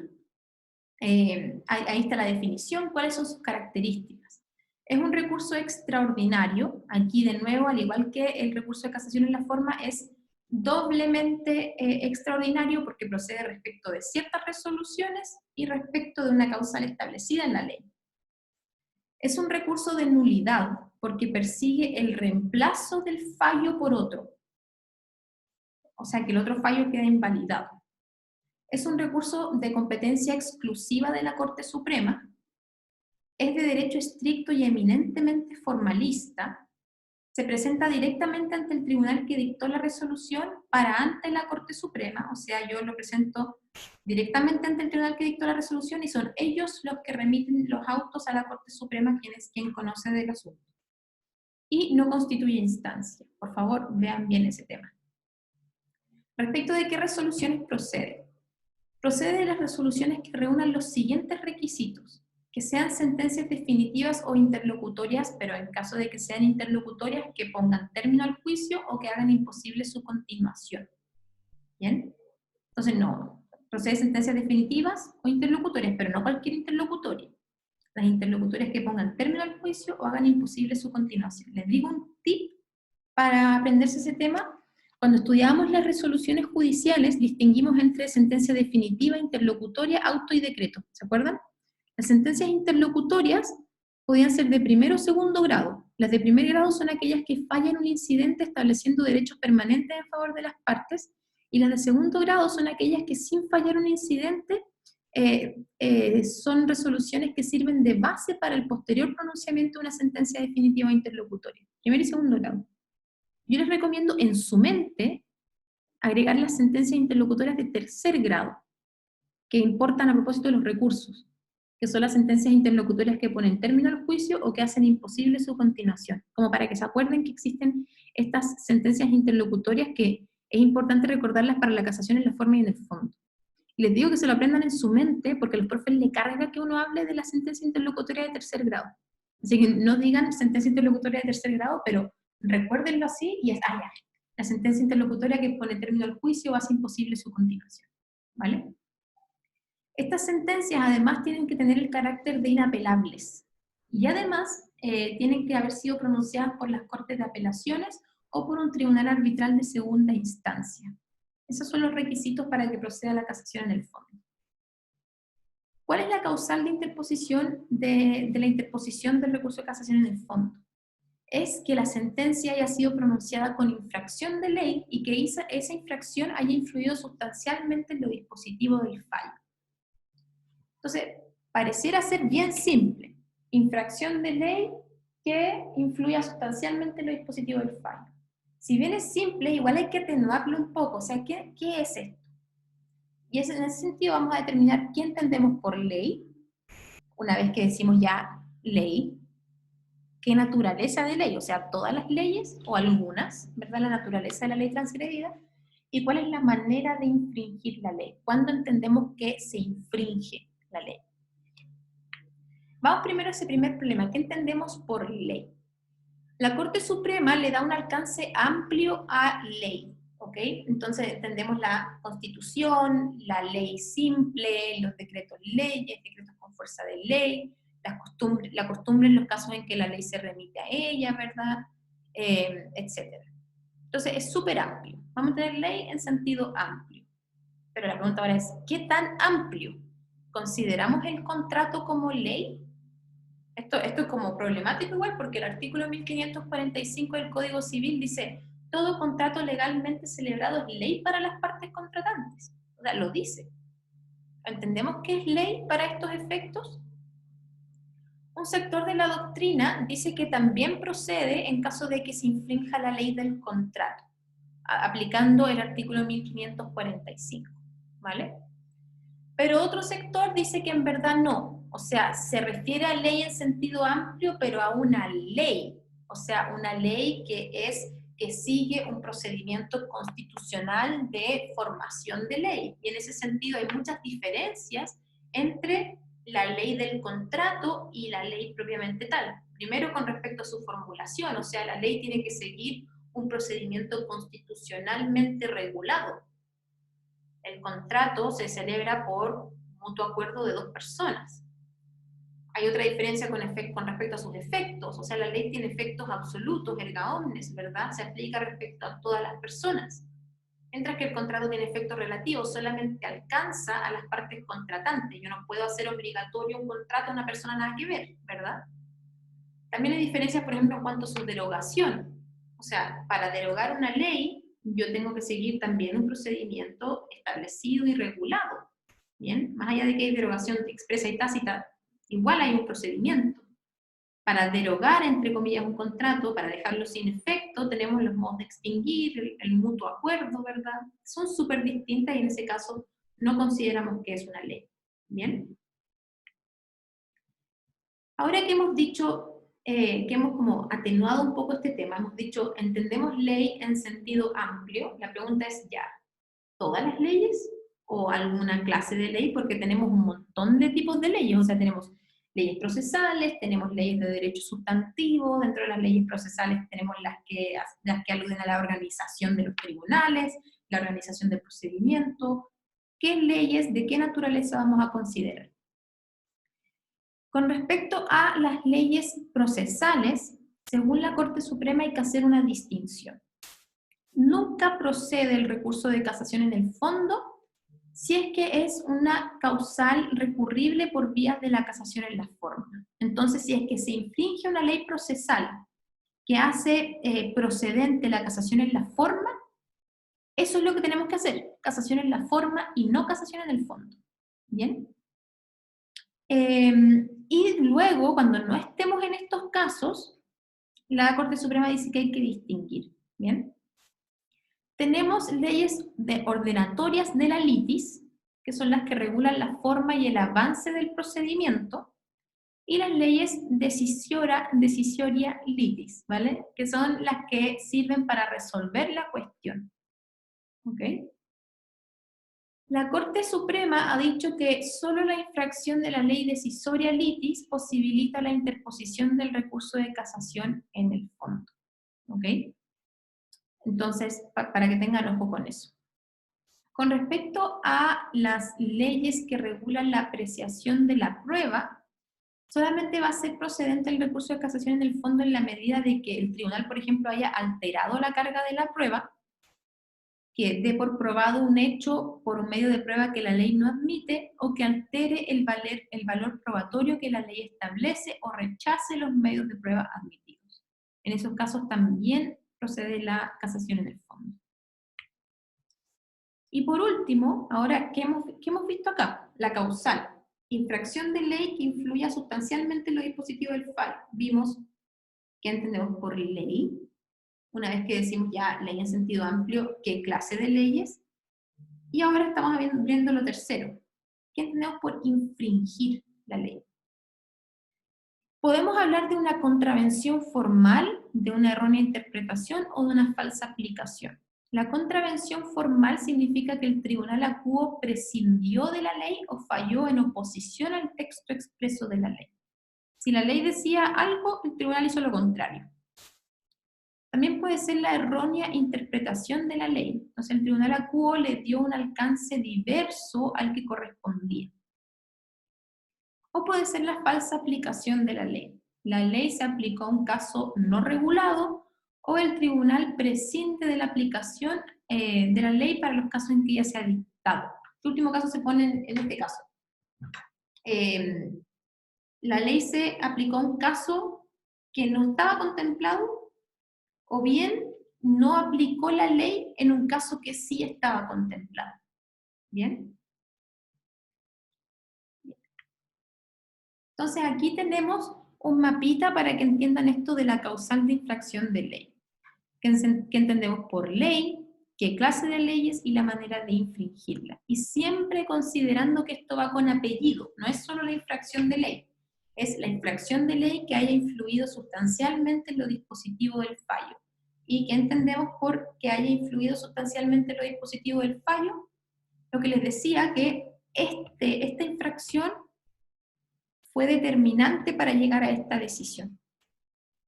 O sea que si no hubiese habido esta infracción, el fallo habría sido distinto.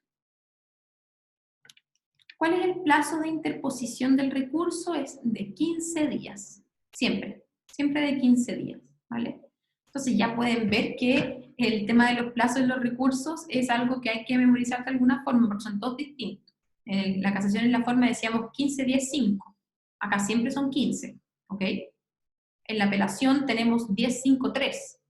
En la reposición tenemos 3 días. ¿verdad? Para que tengan ojo con los plazos. ¿Y cuáles son los efectos de la interposición del recurso? Los mismos que la casación en la forma. O sea, por regla general, la interposición del recurso de casación en el fondo no suspende la tramitación, la ejecución de la sentencia, excepto si es que la ejecución de la sentencia hace imposible la ejecución de la sentencia si es que se acoge la casación, o en el caso de que el recurrente pide una fianza de resultas. ¿Bien? Y el recurrido no se la rinda. Vamos a la tramitación. La tramitación se parece en harto a la casación en la forma, pero con algunas diferencias. La diferencia importante es el rechazo in limine, que vamos a ver. La tramitación ante el tribunal inferior es, bueno, la interposición del recurso, se hace un examen de admisibilidad y luego se remiten los autos. Ante el tribunal superior tenemos un certificado de ingreso del expediente, un examen de admisibilidad, ojo ahí con el rechazo in limine, y luego la vista de la causa. Bueno, aquí es lo que yo les estaba diciendo. La tramitación del recurso de casación en el fondo es muy similar a la tramitación del recurso de casación en la forma, pero con algunas diferencias. Primero tenemos esto, lo que yo les estaba contando, que siempre está esta posibilidad de pedir que se conozca del recurso por el Pleno de la Corte Suprema, por todos los ministros y las ministras. También hay una diferencia en cuanto al examen de admisibilidad. Tenemos esta diferencia del rechazo in limine, diferencia en cuanto a la prueba, aquí se admiten informes en derecho, y también en cuanto a los alegatos. Ahí sí. Vamos a la tramitación en específico. Primero entonces se interpone el recurso. Y el recurso tiene que contener los requisitos comunes a todo escrito, la firma de un abogado que no sea procurador del número, de nuevo, debe expresar en qué consiste el o los errores de derecho de que adolece la sentencia, y debe señalar de qué modo ese o esos errores de derecho influyen sustancialmente en lo dispositivo del fallo. O sea, tenemos que argumentar. Si el tribunal hubiese aplicado correctamente la ley, el fallo no habría sido este, sino que habría sido este otro. ¿Ok? Luego, el tribunal acuo hace un examen de admisibilidad, que igual que en la casación en la forma, va a revisar estos dos elementos, el plazo y si se interpuso por un abogado, patrocinado por un abogado habilitado que no sea procurador del número. Bien, si es que faltan entonces estos requisitos, va a declararlo inadmisible. Y aquí también, si es que el tribunal acuo lo declara inadmisible, procede el recurso de reposición. Pero también puede ser que los requisitos están, así que seguimos adelante con la tramitación. Si es que se declara admisible, se remiten los autos por vía electrónica. Luego vamos a la tramitación ante el Tribunal Superior. Primero tenemos el certificado de ingreso de expediente, que aquí lo mismo es muy importante, nos da un rol distinto. Luego, el Tribunal Superior hace un examen de admisibilidad más exhaustivo que el examen de admisibilidad que hace el Tribunal Inferior. Va a revisar si la sentencia objeto del recurso es de aquellas contra las cuales lo concede la ley, o sea, la resolución casable, y si que cumple los requisitos de los artículos 772 y 776, o sea, si es que expresa cuáles son los errores de derecho, si es que señala cómo es que estos errores influyen sustancialmente en lo dispositivo del fallo, y no se va a poner a revisar si es que tiene sentido o no lo que dice, pero va a revisar si es que está. Va a revisar si se interpuso dentro del plazo y si ha sido patrocinado por un abogado habilitado que no sea procurador del número. Una vez que el Tribunal Superior realiza este examen de admisibilidad, pueden pasar diversas cosas. Puede ser que encuentre mérito para considerar inadmisible el recurso de casación. ¿Bien? Y en este caso, si es que encuentra que es inadmisible, no se cumple con los requisitos, puede declararlo inadmisible desde luego, o sea, ya, chao, inadmisible, chao. O puede decir, ¿sabes qué? Autos en relación para que veamos este tema. O sea, se va a ver la vista de la causa para hablar sobre la admisibilidad del recurso, no del recurso en sí, pero de la admisibilidad. También puede ser que lo encuentre admisible, o sea, se cumplen con todos los requisitos, así que admisible. Seguimos adelante con la tramitación, autos en relación. Y también puede considerar el rechazo in limine. Bien, el rechazo in limine, que ya vamos a ver al tiro lo que es. Entonces aquí tenemos un mapita de lo que puede hacer. No cumple con los requisitos, puede declararlo inadmisible desde luego o mandar discutir este tema, la admisibilidad. Puede encontrar que cumple con los requisitos, bacán, autos en relación. O puede pensar, ¿sabes qué? Cumple con los requisitos de forma, pero no tiene fundamento. Que tiene el rechazo in limine. Bien. El rechazo in limine supone que la Corte Suprema, cuando está haciendo el control de admisibilidad, dice, mira, sí, se cumplen con todos los requisitos, pero leyéndolo, sabes que adolece de manifiesta falta de fundamento. O sea, estos argumentos no sirven, por ejemplo. Aquí no perdamos el tiempo conociendo este recurso si este recurso en verdad no tiene sentido. Bien, no fue argumentado de la forma en que debía serlo. Esto es una cuestión súper importante porque ustedes se van a fijar, ustedes se fijan que cuando yo interpongo un recurso, siempre hay una parte primero que es la admisibilidad, donde se revisan cuestiones de forma. Entonces ahí cuando se hace el examen de admisibilidad, no hablamos de acoger o rechazar el recurso, hablamos de se admite o no a tramitación, ¿verdad? Y son cosas de forma. Las cosas de fondo, o sea, el fundamento, el mérito del recurso, se analiza después cuando se está conociendo del fondo, cuando ya fue declarado admisible. Y esa es la regla generalísima. Aquí hay una excepción, porque el recurso de casación en el fondo supone que en el examen de admisibilidad, el tribunal, que es la Corte Suprema, va a poder rechazarlo por falta de fundamento, o sea, va a meterse al fondo del asunto en el examen de admisibilidad. Como es más o menos grave, esto igual tiene algunos requisitos, ¿vale? Requiere de un quórum estricto, ¿vale? Tiene que ser por la unanimidad de los integrantes. Y además, en contra de esta resolución, procede el recurso de reposición, ¿vale? ¿Qué pasa con la prueba en el recurso de casación en el fondo? Las partes no pueden rendir prueba. El artículo 807 dice, en el recurso de casación en el fondo no se podrán admitir ni decretar de oficio para mejor proveer pruebas de ninguna clase que tiendan a establecer o esclarecer los hechos controvertidos en el juicio en que haya recaído la sentencia recurrida. Y esto tiene mucho sentido, chiquillos, mucho sentido, porque aquí lo que estamos argumentando fue una errónea aplicación del derecho. O sea, para empezar, esto no constituye instancia, así que los hechos no los vamos a probar. La Corte Suprema no conoce de los hechos, conoce del derecho. Y aquí lo que estamos invocando es que se infringió el derecho, y el derecho no admite prueba. No puedo probar el derecho, ¿vale? Entonces no se admite prueba en la casación en el fondo. Lo que sí pueden hacer es presentar informes en derecho, eso sí se puede hacer. El artículo 805 dice, tratándose de un recurso de casación en el fondo, cada parte podrá presentar por escrito un informe en derecho hasta el momento de la vista de la causa, ¿vale? Entonces informe en derecho sí. Luego del examen de admisibilidad, digamos que pasó el examen de admisibilidad, no hubo un rechazo en límine, no nos declararon inadmisible la cuestión, así que se dictó autos en relación, vamos a la vista de la causa, donde aplicamos las mismas reglas que vimos recién en la vista de la causa de la casación en la forma. Lo mismo, la única diferencia es que el alegato en sí tiene que restringirse a los puntos de derecho que se hicieron valer en el recurso, y los alegatos pueden durar hasta 2 horas. Vamos ahora al fallo del recurso. El recurso, ojo que el recurso de casación del fondo se podía interponer junto con la casación de la forma. Si es que se interponen en conjunto, tienen que tramitarse, verse y fallarse en conjunto también. Si es que fue intentado separadamente, obviamente la Corte puede acoger el recurso o rechazar el recurso. Si es que lo rechaza, los autos tienen que devolverse a la Corte de Apelaciones de origen o al tribunal arbitral, ¿verdad? Los cuales a su vez remitirán al tribunal de primera instancia para su cumplimiento. Ojo con eso, ¿por qué? ¿Qué pasa ahí con la remisión de los autos si es que se rechaza la casación en el fondo? Tenemos el caso de que un juez de letras, ¿vale? Tenemos un juez de letras que dictó sentencia definitiva. Luego yo apelé, me fue mal en la apelación.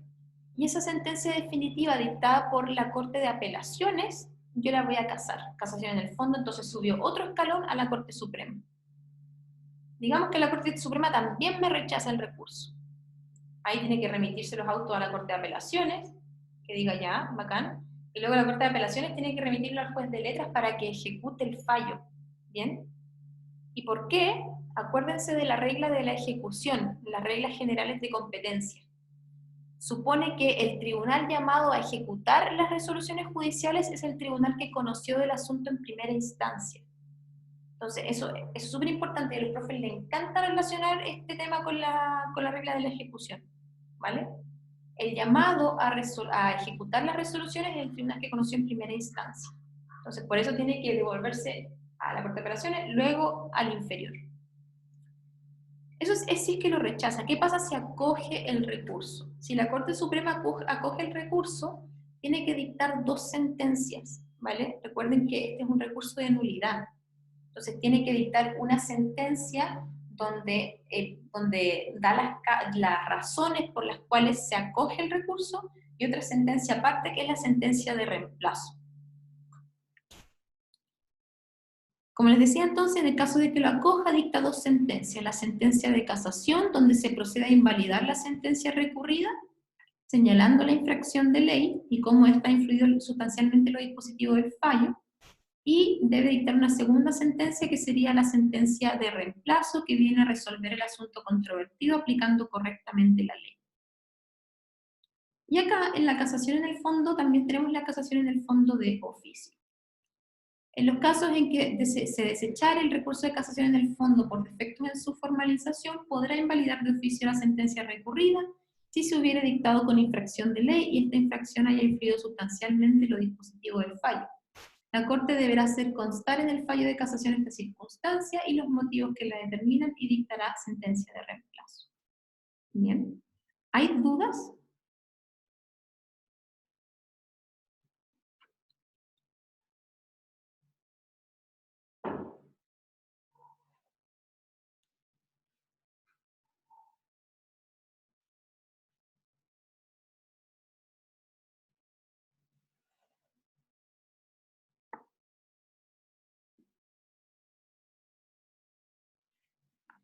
Ya. Pasamos entonces a la lista de preguntas. Un segundito. Preguntas.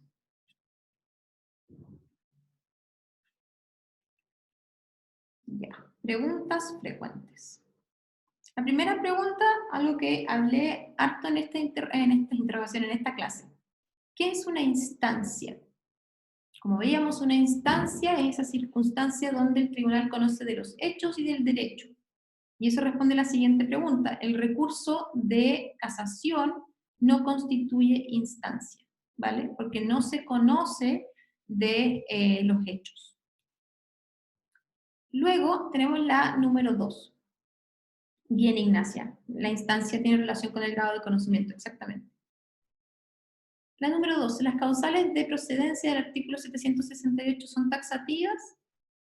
Bueno, se dice que sí, pero tenemos la última causal que es genérica, así que no tanto. ¿Cuáles son los trámites esenciales? Aquí corresponde distinguir los trámites esenciales de primera y segunda instancia, ¿vale? La citación a oír sentencia, recibir la causa prueba, el emplazamiento, que se acompañen los documentos, la fijación de la causa en tabla, etc. 4. Y esta, respóndanla ustedes, porque igual lo vimos hoy día. Digamos que usted es demandante en un juicio ordinario de mayor cuantía.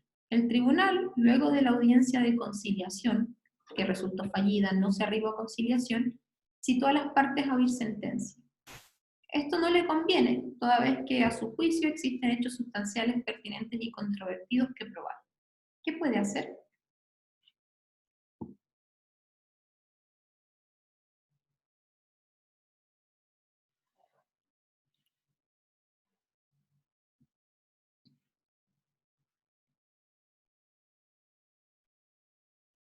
José nos dice casación en la forma, las chicas nos dicen recurso de reposición. ¿Por qué el recurso de reposición? ¿Qué podemos intentar?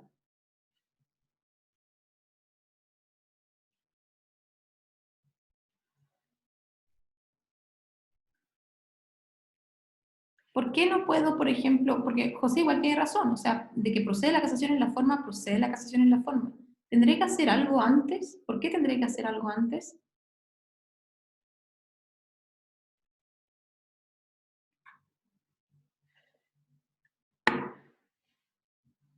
Exactamente, chiquillas, hay que preparar el recurso y eso significa que tengo que intentar todas las herramientas que el derecho me da antes de la casación.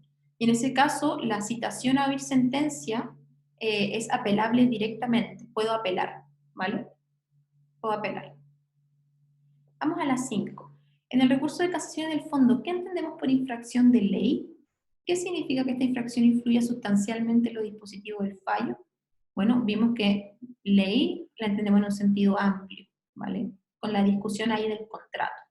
Y que influye sustancialmente en los dispositivos del fallo es que esa infracción de ley precisamente nos llevó a este fallo. Si no hubiese concurrido esta, habría sido distinta la cuestión. 6. ¿Se puede conceder un recurso de casación con efecto suspensivo? La verdad es que esa pregunta igual es un poco tramposa, porque no hablamos de efecto evolutivo y suspensivo, pero aquí lo que tenemos que contestar si nos preguntan esto es que, bueno, por regla general, la interposición del recurso de casación, tanto en la forma como en el fondo, no suspende la ejecución de la sentencia, con estas dos excepciones, de que la ejecución de la sentencia haga imposible la ejecución de la otra sentencia si es que se llega a coger la casación, o en el caso de que yo exijo una fianza y no me la quieren dar. 7. ¿Por qué el recurso de casación en el fondo podría ser conocido por el Pleno de la Corte Suprema?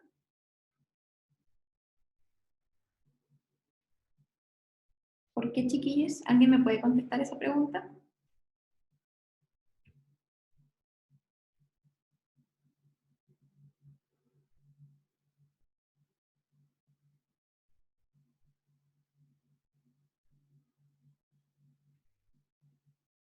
Bien, bien.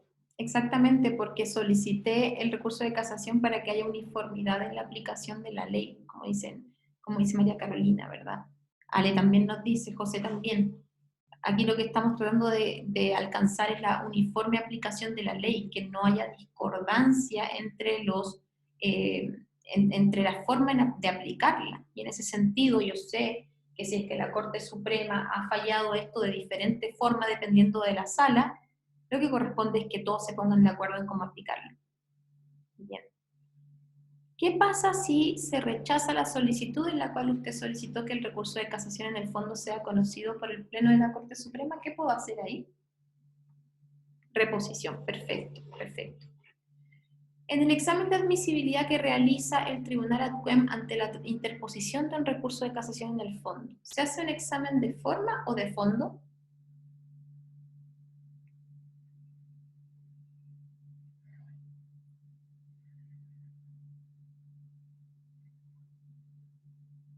¿Qué opinan, queridos? Ambos, ambos. Súper bien. ¿Por qué ambos? ¿Por qué no solo forma?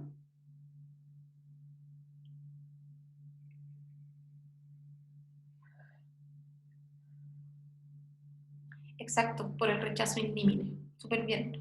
Porque entran a ver el mérito del recurso. Me lo pueden declarar inadmisible por falta de mérito, o sea, falta de fundamento, o sea, que están revisando el fondo. Súper bien.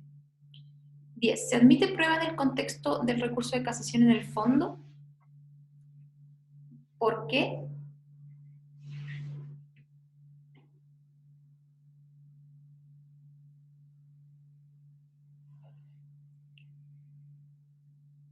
No porque el derecho a no hacer pruebas. Exactamente, chiquillos, super máquinas. Solo informes en derecho, súper bien. Respecto al recurso de casación en la forma y en el fondo, y aquí para memorizar ustedes, chiquillos, señale respecto de qué resoluciones procede, plazo de interposición y la causal de procedencia. 12. Esa está buena, que yo la vi en un grado. Relaciona el recurso de casación con el recurso de nulidad en sede penal. ¿Habrá alguna semejanza entre la casación y la nulidad en sede penal? Sé que yo no lo he visto todavía, planeo verlo la otra semana, ¿vale? Los recursos en sede procesal penal.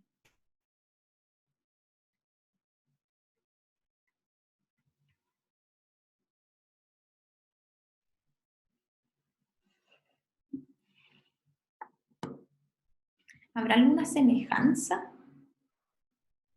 La verdad es que la nulidad, en el contexto del proceso penal, sí tiene semejanzas con la casación, ¿vale? Porque la nulidad en sede penal tiene varias causales, ¿vale? Tenemos las causales absolutas de nulidad, que hablan de causales súper parecidas a la casación en la forma, ¿ok? Omisión de garantías procesales, como que, por ejemplo, el tribunal oral en lo penal, la sentencia se pronunció con menor número de votos, por ejemplo, o por un tribunal incompetente. Son súper parecidas las causales.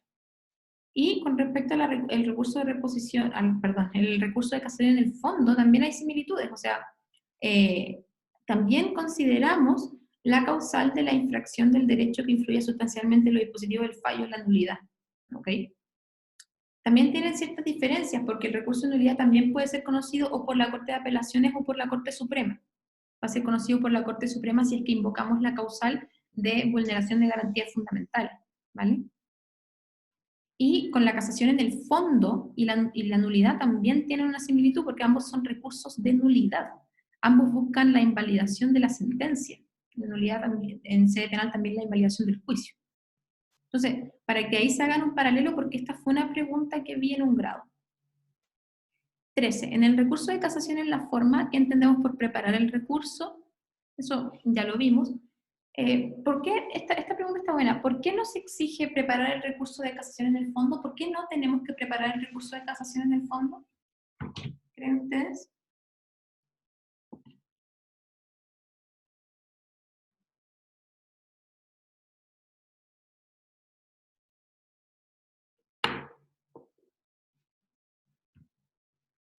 ¿Por qué no tendremos que preparar la casación en el fondo?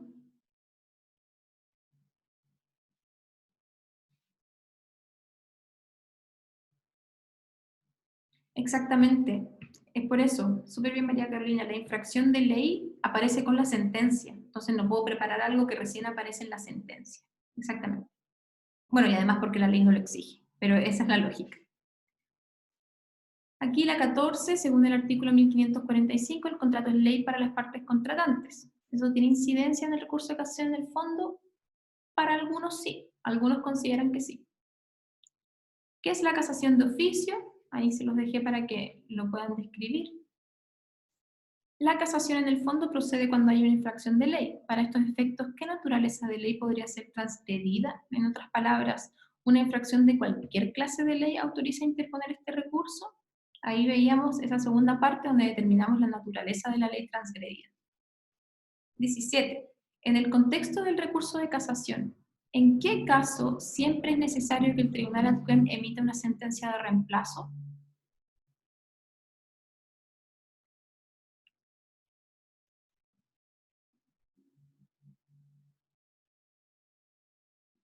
¿Se acuerdan de eso, queridos? De la número 17.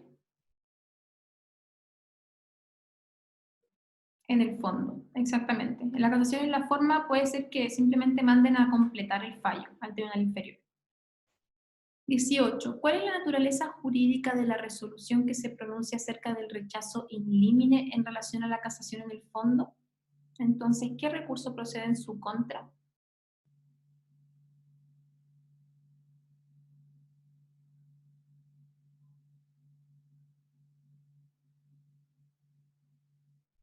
¿Cuál es la naturaleza jurídica de esa resolución? Exactamente, es una sentencia interlocutoria, porque falla esta incidencia, establece derechos en favor de las partes, derechos permanentes, y por eso procede la reposición. Bien, aquí la 19 va como recordatorio de que esto, por favor, apréndanselo, de que sentencias producen cosas juzgadas, que son las sentencias definitivas o interlocutorias que se encuentran firmes y ejecutoriadas. La 20, ¿quién es el tribunal competente para conocer de la casación? Veíamos que el recurso de casación en la forma puede ser o la Corte Suprema o la Corte de Apelaciones, y en el fondo siempre es la Corte Suprema. ¿Bien? Perfecto. Súper bien, chiquillos. Eso fue la clase de casación. Muchas gracias por su participación. Son máquinas, son muy, muy secos, de verdad. Así que ahí estudienselo. Les repito, causales, resoluciones contra las cuales proceden y plazos, háganse un cuadrito, ¿vale? Háganse un cuadrito y los recursos se les van a hacer súper fáciles. ¿Ya? Así que eso. Muchas gracias por asistir, de verdad, se los agradezco. Ay, gracias María Carolina, que eres tierna. Gracias. Sí, José, nos vemos mañana en la clase de contratos, ¿vale? Les voy a grabar sus respuestas para efectos de marketing, así que si me quieren decir que soy hermosa y todo eso, adelante. Pero muchas gracias, chiquillos. Yo voy a subir las cosas al tiro, ¿vale? Voy a subir la grabación, los materiales, las preguntas y todo eso. ¿Ya? Ya, que estén súper bien. Un besito, un besito. Chau, chau.